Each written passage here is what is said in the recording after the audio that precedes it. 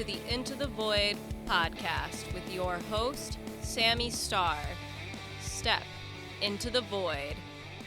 Hello, everybody, and welcome to another edition of Into the Void. I feel like this is another special episode that we're having today because we have some really amazing mainstays within the death metal industry. I want to have them introduce themselves. Hello, this is Jukka from OMNIUM GATHERUM. Nice to be here with you all. It's a pleasure to even have you on this episode. I know you guys have had a pretty illustrious career. I want to say, 25 plus years of you guys doing music together, ever since your first album, Beyond, back in 2013. What inspires you to keep making the music that you've created over the years? Well, the inspiration is it's a constant and continuing effort. Mm-hmm. We like to make music. We wake up liking to make music. We go to sleep in that same mind frame. So it's in that sense, it's pretty easy, but otherwise it's not. I know you guys recently are coming out with an EP. How has this creative process challenged you instrumentally compared to anything that you have made in the past? And how was this different? I know you guys have made over 5 albums now up to this point. And I know with Origins, there is this amazing guitar work, but also it contains this kind of dense, kind of dreamy atmosphere. How did you challenge that creative process, and how was that different? Well, the difference is always with the new releases, new songs, and new ideas to be created, but it's also a continuation from everything that we have done before, because it never stops where the latest recording ends. So it continues, because if it would be the latest would be the last, then I would say there's nothing more to be aspired to be aspired by, or to be achieved. So in that sense, it's a really easy way to go forward, because you know that you are not at the end of the line, in a sense. So the creative process it's a continuation of what we know, and it's a discovery of the new things that we are maybe able to create in the future, because in that point where we are making the music, we don't really know if it will succeed or not. And I don't mean succeed like in the listener's point of view, but our own point of view, is it good enough to be after the latest release? Because we always want it to be something that makes the music go forward. The ideas of where we challenge ourselves to go forward in that sense. Maybe we are thinking about the next release also when we are making the new music. Right. So to make it short, this is what we love to do. So maybe some part of the inspiration also comes from there. Lyrically, what is Slasher digging into, and how would you say these narrative energies are different from 2021's Origin? Slasher is kind of a new mindset when compared to Origin and the Burning Cold that came before it. Burning Cold was basically about the transgressions, hostilities, and different kinds of emotions that happen between people. And Origin is the same thing, but within individual. But Slasher it considers things that are within yourself, but it's something that you have to understand. There's always something that stalks you in your own mind. I'm not talking about stalkers like in the world, because that's just a perversion that reaches the world. But what is within, like in your own mind and in your own heart, that you have to be certain what you do, because Slasher is kind of the doubt that you have. Right. It stalks you like in every direction. I think personally that it's a really important thing to be discussed. If people understand more about themselves, then they can feel more empathetic about other people. Of course. I guess my next question is what have you taken from this EP experience personally and as a musician that you haven't gotten from other releases up to this point? Well, first of all, this is the first EP that we have ever released, so Of course, yeah. that's a new experience. Of course, compared to albums, it's only 4 songs, 3 original, 1 cover, The Maniac. In that sense, it's an interesting experience because it's more of like short-lived. But this was meant to be a bridge to the next album. So in that sense, I can understand the shortness of it and the fact that if you think about it like set list wise, like what we play live, Of course. it's a thing that we usually tend to push new songs. Of course, we play those songs that people also like to hear from the older albums, but with Slasher, we have to be like really mindful of what songs, after it's the whole thing is released, what songs we want to play live. That personally for me is a harder thing because there is fewer songs to choose from.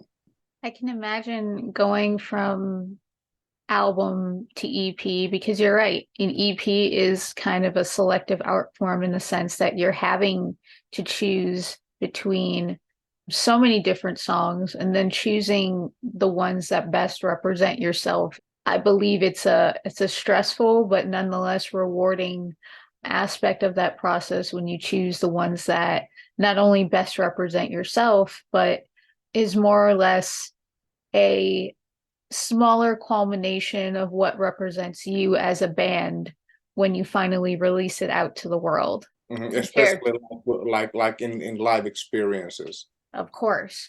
What was it like to work on Maniac? I feel like one that is a big highlight on that album since it is such an iconic song. Also, there's a different genre and ethereal context that you guys put onto this song that it makes it just a pleasure to listen to. What was it like to work on that song? Well, in a sense, it was a delightful experience because that song has that kind of vibe that really fit the whole OG vibe in a sense. It was really easy to transform into Omnium Gatherum songs. We thought that we're gonna make it a melodic death metal songs without any clear vocals, anything. We're gonna make it like, as much as Omnium Gatherum song as possible, but still respecting the original transcript of the song. And it was easier in a sense to make that song than the other covers that we have made before. Last time we covered Sepultura's We Who Are Not As Others, right, which was cool, and Subdivisions from Rush back in 2013. And before that, before even I was singing in the band, they made Hangar 18 from Megadeth, and they made Money Talks from AC/DC. So different kinds of covers for OG, a little bit like, going into the wider spread of this question. For us, it's the making covers is always about, if we think that this song could fit in a sense in the OG block, then it's okay. And to this point, even the Infected Mushroom cover from Origin fit. But that's a bit of a weird one, it's a psychedelic trance song. So I'm really glad that we did that one because it's bold. It is bold, but I feel like going back to albums like Origins, you guys have this kind of dense, kind of dreamy atmosphere within your instrumental framework that it allows you to do covers like that, and it maintains like the integrity of who you guys are as a band. So when you do bold choices like that, it's bold, but it's still authentically you guys as a band. So I think it is pretty cool when you guys do take choices like that. And I think Maniac was also a really cool choice as well because it embodies who you guys are as a band. And I love these kind of really heavy and kind of really dulcet elements that you guys really encompass within this song. It's a pleasure to listen to within the other 3 songs that you have on this EP. Thank you. I don't know if it was conscious, but it's quite contemporary to have.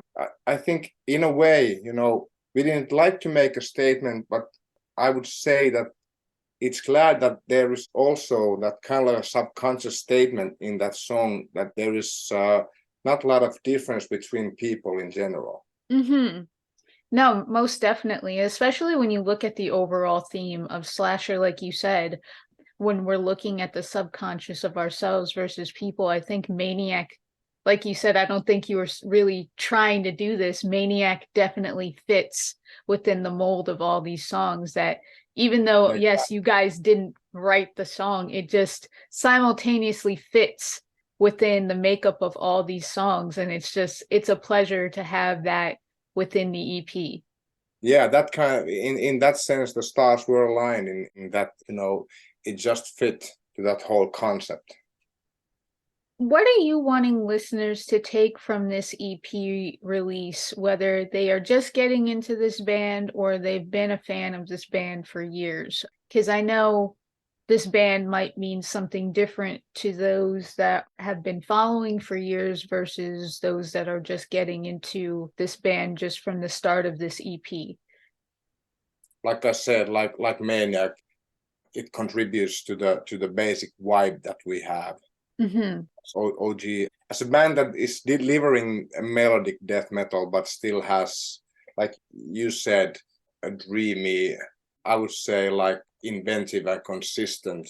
I think that, consistency is a thing that I would like people to have, because if you go back into our catalog, music has changed, but the basic elements of how we aspire ourselves musically and lyrically are kind of still there, but like it has to like transform into something, I don't say new, but something else.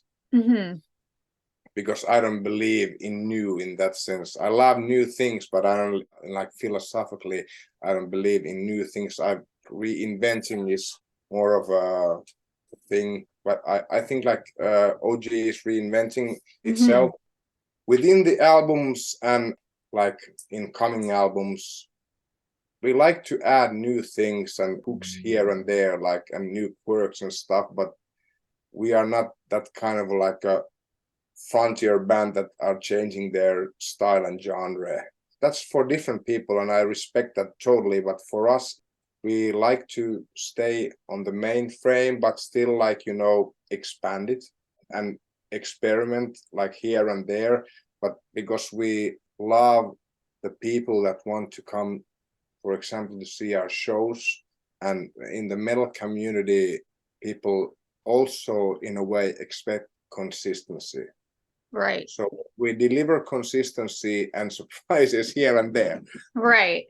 So we're talking about consistency and surprises here and there. What does this EP release represent in terms of what's next for you guys? Is there something bigger in the works coming up after this EP release? Can we talk about that? I would hope so, because this is, like I said, this is a bridge between, for myself, like lyrically, this is a bridge between self-realization to realization in itself. So we're kind of taking it to the streets in a sense, but I'm kind of like to challenge myself and also our band to create something a little bit more down to earth. Ah, okay. I understand what you're saying. Yes, I'm not meaning that we're gonna change. It's gonna be a challenge for ourselves and the challenge for the listeners also. But in that sense, that we want to do something that really like pushes it to that kind of limit, when we can remain in that stage that the music is like innovative. Well, it kind of like, subconsciously follows the ways of the world. I'm really looking forward to that surprise that comes within that thought process, that when we are allowing ourselves to go. Do you feel like within your career, this album cycle is the most challenging that you've had to go through so far? Let's see. Ooh, I like that. I have no idea.